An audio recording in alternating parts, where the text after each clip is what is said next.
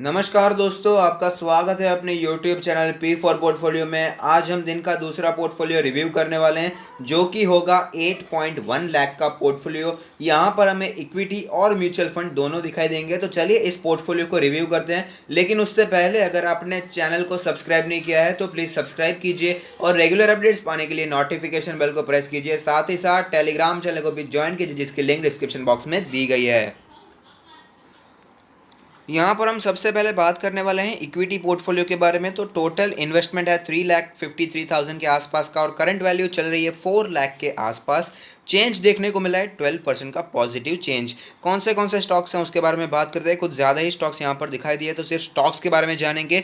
IDFC first bank में generally recommend नहीं करता क्योंकि आपको पता है छोटी बैंक है, ऊपर से वोडाफोन आइडिया में काफ़ी ज़्यादा एक्सपोजर यहाँ पर बना हुआ है। नेक्स्ट है एसबीआई। यहाँ पर आपको पता ही होगा एसबीआई में एक रेंज ही बन गई है, 150 से 300 350 जाता है और वापस हमें नीचे आता हुआ दिखाई देता है। तो यहाँ पर आप पोजिशनल ट्रेड करने के बारे में सोच सकते हैं, लेकिन ज़्यादा लॉन्ग टर्म के बारे में यहाँ पर सोचना नहीं चाहिए क्योंकि अलग अलग बैंक्स यहाँ पर डिफॉल्ट होती है। येस बैंक को भी इसने बेल आउट किया, तो ऐसी सिचुएशन आगे भी बनती रहेगी। तो यहाँ पर लॉन्ग टर्म में ज़्यादा हमें पैसे कमाने की अपॉर्चुनिटी दिखाई नहीं देगी।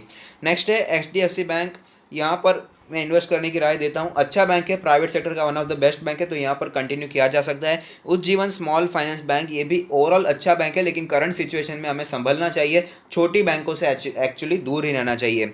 नेक्स्ट है बंधन बैंक, ये भी काफ़ी अच्छा बैंक है। नेक्स्ट है एचडीएफसी एएमसी, एचडीएफसी और एचडीएफसी लाइफ, तीनों अच्छी कंपनीज है, अपने अपने सेक्टर की मार्केट लीडर है, फंडामेंटली स्ट्रांग है। बजाज फिंसर्व और बजाज फाइनेंस दोनों ही अच्छे, यहाँ पर भी कंटिन्यू किया जा सकता है। एचयूएल भी काफ़ी अच्छा है, ब्रिटानिया अच्छा है। गोदरेज कंज्यूमर के बारे में एक बात मैं आपको बताना चाहूँगा कि यहाँ पर इससे बेहतर चॉइस एफएमसीजी में जब अवेलेबल है तो हमें उन्हीं को चूज़ करना चाहिए। जैसे कि एचयूएल, ब्रिटानिया, नेस्ले काफ़ी अच्छी कंपनीज है, तो मैं गोदरेज कंज्यूमर को कम ही प्रेफर करता हूँ, लेकिन ओवरऑल कंपनी अच्छी है।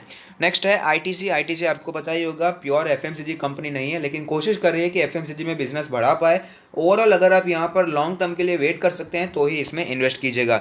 नेक्स्ट है रिलैक्सो, बाटा, फुटवेयर इंडस्ट्री की दोनों कंपनीज है, बहुत ही अच्छी कंपनीज है, यहाँ पर भी होल्ड किया जा सकता है। नेक्स्ट है वोल्टास, अच्छी कंपनी है। टाइटन भी अच्छी है। एशियन पेंट्स भी फंडामेंटली स्ट्रांग है। एस्ट्रल भी अच्छी कंपनी है। के के बारे में बात करें तो इससे अच्छी कंपनीज मुझे लगती है पॉलीकैब और हैवल्स, इसी इंडस्ट्री में हमारे पास बेहतर चॉइस है, तो वहाँ पर आप इन्वेस्टमेंट के बारे में सोच सकते हैं। नेक्स्ट है टीसीएस, इन्फोसिस, दोनों ही अच्छी कंपनीज है। जाइडस वेलनेस, आपको पता ही होगा कैडिला हेल्थ केयर की है कंपनी, ये भी काफ़ी अच्छी है, लॉन्ग टर्म के लिए आपको अच्छा मुनाफा बनाकर दे सकती है। पीडीलाइट इंडस्ट्री और आरती इंडस्ट्री, केमिकल सेक्टर के दिग्गज शेयर्स को आपने चुना है। पीडीलाइट तो मोनोपॉली वाला स्टॉक है, तो वहाँ पर भी हमें जाना ही चाहिए, और आरती इंडस्ट्री भी one of the finest stock है, तो यहाँ पर भी आप रह सकते हैं। नेक्स्ट है इंडिया मार्ट और नौकरी, दोनों ही ऑनलाइन बेस्ड काम करने वाली कंपनी है, दोनों ही अच्छी है। अगर आपको लगता है कि लॉन्ग टर्म में हमें अगर आगे आने वाले ज़माने में डिजिटल ग्रोथ देखने को मिलेगी तो ऐसी कंपनीज में इन्वेस्ट करना ज़रूरी है। नेक्स्ट है एम्बर एंटरप्राइजेज, ये इक्विपमेंट्स मैन्युफैक्चर करती है, अलग अलग इलेक्ट्रॉनिक इक्विपमेंट्स को मैन्युफैक्चरिंग करने वाला काम है, इसका भी अच्छा काम है, यहाँ पर भी आप लॉन्ग टर्म के लिए होल्ड कर सकते हैं। नेक्स्ट है टाटा मोटर्स। ऑटो सेक्टर में मैं अच्छे स्टॉक्स पर ही फोकस करता हूँ। बजाज ऑटो है, हीरो मोटरकॉप है, मारुति सुजुकी है, या फिर आप महिंद्रा एंड महिंद्रा को भी चूज़ कर सकते हैं, लेकिन टाटा मोटर्स जैसे शेयर से मैं दूर रहना ही पसंद करता हूँ। नेक्स्ट है रिलायंस और रिलायंस का पार्टली पेड शेयर, दोनों ही अच्छी कंपनी से, लॉन्ग टर्म का विजन बहुत ही सुधर चुका है, तो यहाँ पर भी कंटिन्यू किया जा सकता है। डेल्टा कॉप मुझे कुछ ज़्यादा पसंद नहीं है, तो यहाँ पर आप अगर आप इन्वेस्टमेंट करना चाहते हैं तो थोड़ा सा इन्वेस्टमेंट कीजिए, स्विंग ट्रेड के लिए कीजिए, बाकी ज़्यादा लॉन्ग टर्म के लिए यहाँ पर मुझे कुछ ज़्यादा दिखाई नहीं देता है। नेक्स्ट है एल&टी, लार्सन एंड टुब्रो, ये शेयर मुझे काफ़ी पसंद है, लॉन्ग टर्म के लिए पेशेंस अगर आप में है तो आप एल&टी को प्लीज़ कंसीडर कीजिएगा ज़रूर। नेक्स्ट है आईओसी और ओएनजीसी, दोनों को साथ में कवर कर लेते हैं। आईओसी और ओएनजीसी एक ही सेक्टर के आसपास काम करती है, ऑयल से काफ़ी रिलेटेड है, और पीएसयू स्टॉक से तो ज़्यादा यहाँ पर बुलिश होने का मुझे कोई भी मतलब दिखाई नहीं देता है। एनटीपीसी भी अच्छी कंपनी है, पावर वाली कंपनी है, यहाँ पर आपने पोर्टफोलियो में से जगह दे सकते हैं। अगर आपको पीएसयू में इन्वेस्टमेंट करना ही है तो आप एनटीपीसी को कंसीडर कर सकते हैं, लॉन्ग टर्म में ही अच्छा आपको मुनाफा बनाकर दे सकती है, डिविडेंड यील्ड भी काफ़ी अच्छा है, तो यहाँ पर आप जा सकते हैं, अच्छा स्टॉक है, लॉन्ग टर्म में अच्छा मुनाफा बनाकर दे सकता है। IGL one of the best stocks है गैस सेक्टर में, तो यहाँ पर भी कंटिन्यू किया जा सकता है। अब बात कर लेते हैं म्यूचुअल फंड के बारे में। तो यहाँ पर टोटल इन्वेस्टमेंट आपने किया है 4,62,000 का, करंट वैल्यू चल रही है 4,79,000, 3.83% का पॉजिटिव गेन हमें देखने को मिला है। तो यहाँ पर आपने अलग अलग म्यूचुअल फंड्स लिए हैं, लेकिन मैं आपको बार बार बताता आया हूँ कि यहाँ पर मैं जनरली 3 ही म्यूचुअल फंड सजेस्ट करता हूँ, जिसमें से एक होता है कोई भी अच्छा सा ब्लू चिप फंड। जैसे कि एग्जांपल के तौर पर मैं बताता हूँ, एक्सिस ब्लू चिप फंड मुझे काफ़ी अच्छा लगता है, अच्छे स्टॉक्स हैं, अच्छा वेटेज है, तो यहाँ पर आप इन्वेस्टमेंट के बारे में सोच सकते हैं। नेक्स्ट मैं रिकमेंड करता हूँ पैसिव फंड, यानी कि इंडेक्स फंड।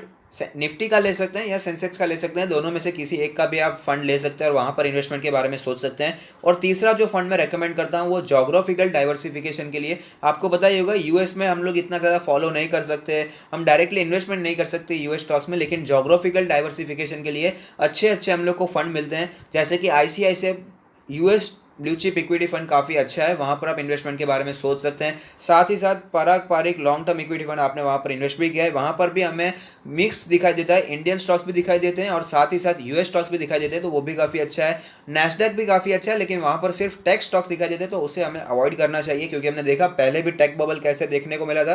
किसी एक ही सेक्टर के पीछे नहीं जाना चाहिए। और म्यूचुअल फंड में इन्वेस्टमेंट करने टाइम एक बात ध्यान में रखिएगा कि कभी भी एक ही सेक्टर के फंड में कभी भी इन्वेस्ट नहीं करना चाहिए। जैसे कि जिन्होंने ऑटो सेक्टर के फंड में इन्वेस्ट किया होगा या फार्मा में इन्वेस्ट किया होगा, उन्हें काफ़ी ज़्यादा गिरावट देखने को मिली होगी, क्योंकि फार्मा भी वैसे अभी हमें ऊपर जाता हुआ नजर आ रहा है, लेकिन कोविड-19 से पहले अगर की सिचुएशन देखेंगे तो फार्मा भी काफ़ी ज़्यादा नीचे आता हुआ नजर आ रहा था। तो यहाँ पर वेल डाइवर्सिफाइड फंड होना भी बहुत ज़रूरी है। और दूसरी इंपॉर्टेंट बात, स्मॉल कैप फंड में कभी भी इन्वेस्ट मत कीजिएगा। अगर स्मॉल कैप में इन्वेस्टमेंट करना है तो डायरेक्टली स्टॉक्स में कीजिए, अच्छी कंपनी चूज कीजिए और वहाँ पर डायरेक्टली इन्वेस्टमेंट करनी चाहिए। मिड कैप में भी आप अवॉइड कर सकते हैं, लेकिन वो स्मॉल कैप से तो बेहतर ही है।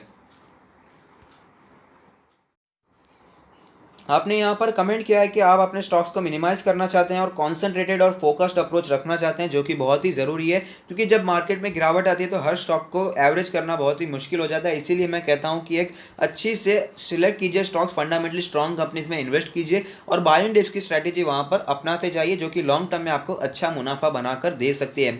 और जनरली मैंने देखा है जो रिटेल इन्वेस्टर होते हैं वो एक फ्रेंड्स के साथ डिस्कस करते हैं कि मैंने ये स्टॉक्स में इन्वेस्ट किया है, वो लोग खुद बताते हैं कि मैंने इसमें किया है, वहाँ पर एक थोड़ा सा पीयर प्रेशर टाइप का बन जाता है सोशली। अगर आपके सारे फ्रेंड्स टीसीएस में इन्वेस्ट कर रहे हैं, सपोज मैं एग्जांपल के तौर पर ले रहा हूँ, और आपको इच्छा है कि मुझे इन्फोसिस पसंद है, लेकिन आपको ऐसा लगता है कि सब लोग टीसीएस में कर रहे हैं तो मैं भी टीसीएस में कर लूँ और अपनी तरफ से इन्फोसिस में भी कर लेते हैं, तो अगर आपका पोर्टफोलियो छोटा है तो 2 या 4 आईटी सेक्टर के स्टॉक्स होने की भी जरूरत नहीं रहती। इसलिए मैं कहता हूँ अच्छी कंपनी सिलेक्ट कीजिए और वहाँ पर ही इन्वेस्टमेंट करते जाइए, ज़्यादा यहाँ पर सोचने की जरूरत नहीं है। अच्छी फंडामेंटली कंपनी आगे जाकर ग्रो करती हुई हमें दिखाई देगी।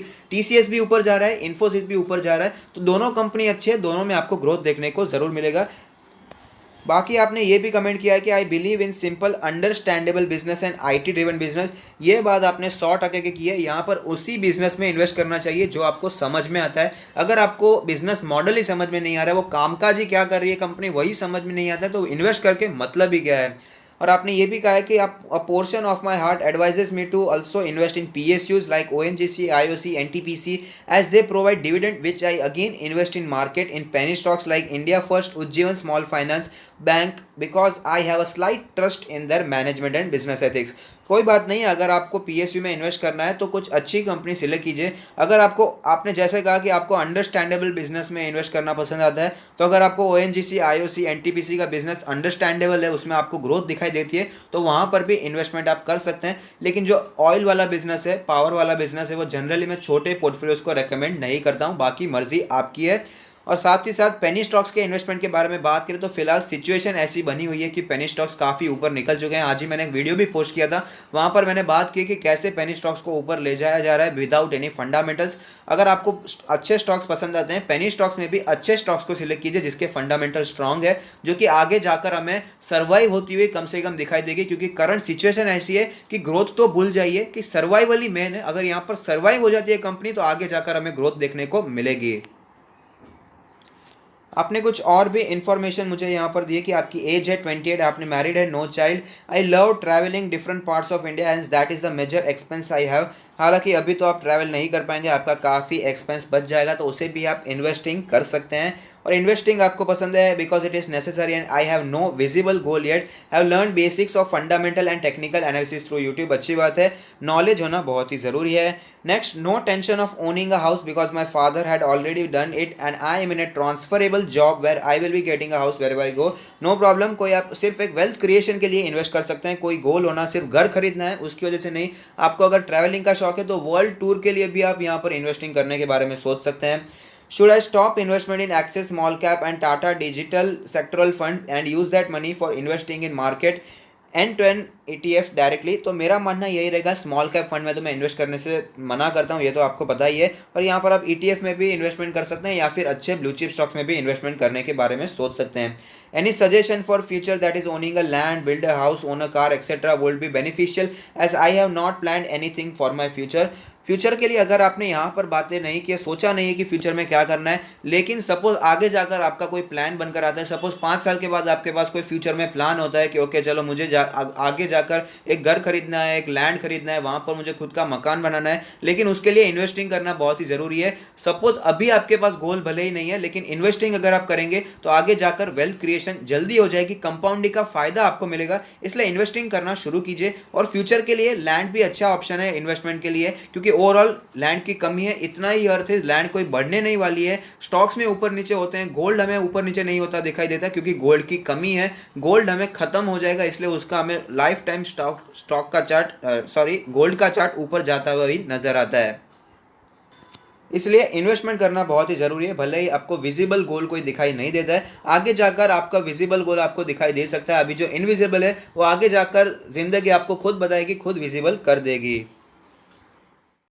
यहाँ पर आपने बताया कि आपने इन्वेस्टमेंट किया है PPF में 3,44,000 का, और NPS में भी इन्वेस्टमेंट किया है 6,95,000 का, HDFC MC के द्वारा आप कर रहे हैं, और आपने एग्रेसिव कर दिया है। अच्छी बात है, एग्रेसिव करने में भी कोई प्रॉब्लम नहीं है, इनमें भी इन्वेस्ट करना चाहिए। डाइवर्सिफाइड होना बहुत ही ज़रूरी है, अपने पैसे को अलग अलग इन्वेस्टमेंट करना चाहिए। मैं तो कहता हूँ FD भी होना ज़रूरी है, और स्टॉक्स में स्मॉल कैप्स में भी इन्वेस्टमेंट करना ज़रूरी है, लेकिन पोर्टफोलियो का साइज मैटर करता है। अगर आपका पोर्टफोलियो का साइज काफ़ी छोटा है, यानी कि कैपिटल आपके पास बहुत ही ज़्यादा लिमिटेड है, 10,000 15,000 है, तो वहां पर स्टॉक्स में डायरेक्टली इन्वेस्ट करके आप अपने कैपिटल को काफी ज्यादा रिस्क पर डाल रहे हैं, स्पेशली स्मॉल कैप में इन्वेस्ट करके। तो यहां पर अच्छी बात है, डाइवर्सिफिकेशन जरूरी है। PPF में भी इन्वेस्टमेंट होना चाहिए, NPS में भी होना चाहिए, FD में भी होना चाहिए, गोल्ड में भी होना चाहिए, लैंड में भी होना चाहिए, फ्लैट में भी होना चाहिए, और स्टॉक्स में भी होना चाहिए। तो अच्छी बात है, डाइवर्सिफिकेशन होना जरूरी है। तो यहाँ पर स्टॉक्स के बारे में तो मैंने बता दिया है, अलग अलग स्टॉक्स की मैंने अपनी राय भी दे दी है, लेकिन आप अपने स्टॉक्स को मिनिमाइज कर सकते हैं। यहाँ पर जिनमें आपको प्रॉफिट हो रहा है निकल भी सकते हैं, और जो स्टॉक्स आपको लगता है मार्केट में सिर्फ तेजी है इसलिए ऊपर जा रहे हैं, जिसमें फंडामेंटल्स नहीं है, उन स्टॉक्स में से खास करके निकल जाना बेहतर होगा, ऐसी मेरी राय रहेगी। बाकी डिसीजन आपका है। All the best for your future. अगर आपको ये वीडियो पसंद आता है तो लाइक कीजिए, शेयर कीजिए, कमेंट कीजिए, सब्सक्राइब कीजिए और मुझे मोटिवेट कीजिए। Thank you. Stay happy, happy investing.